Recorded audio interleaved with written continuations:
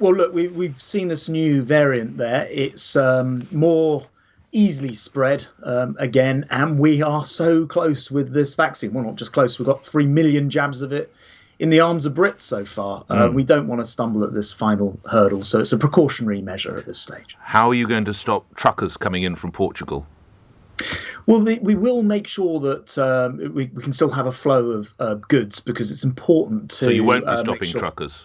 Sorry, second. Truckers will still gain access to the United Kingdom, Mr. Sheriff. So only where there's a necessity to ensure that we get goods into the country. By and large, truckers from Portugal will have spent quite a while on the road, first of all. And of course, we've got the tests in place, including France carrying out testing as well of some of the truckers. But the primary concern here is the Brazilian variant and the flights from South America. The Portuguese thing is a secondary issue because, of course, that's not where the actual variant itself is. Why has it taken 4 days from Nerve Tag discussing this to its imposition, Secretary of State? So, as a lot of people may be aware or becoming aware, actually, that's extremely quickly in terms of genome sequencing. So, if you think excuse me. You have a conversation about the potential danger of Brazil 4 days ago, and you act last night. I'm so sorry. What's rapid about that? So let me explain.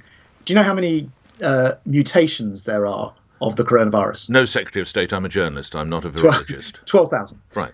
So if you stopped at every single mutation and didn't do any checks at all, you would constantly be chasing your own tail. So what you have to do is the genome sequencing of the variant of the mutation, and that is a process that actually usually takes weeks or months to do. We saw this with the Kent variation, for example.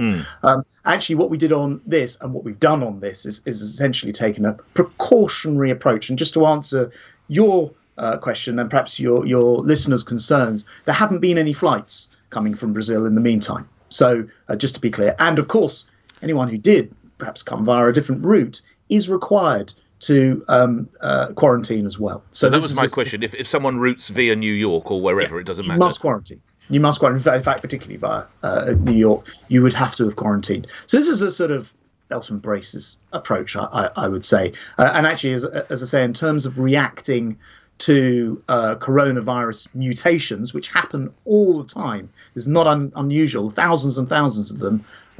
Actually, we've acted in a sense ahead of having full mutation sequencing. You say you acted ahead. It was last May Sir Patrick Vallance said cases were due to a high level of travel into the UK. Can you tell my listeners that the borders have been secure ever since May, and that you've moved speedily enough? Yeah, so remember that we've had, first of all, we had a sort of quarantine system in place. So you couldn't actually come here without the quarantining.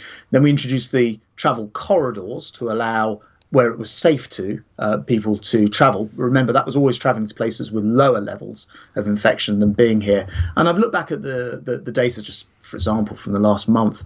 Less than 0.1% of cases relate to imports. And of course, there's no saying that people wouldn't have ended up in cases if they'd been here, because they've been to places by almost by definition which have had lower levels of coronavirus than the UK during that period of time.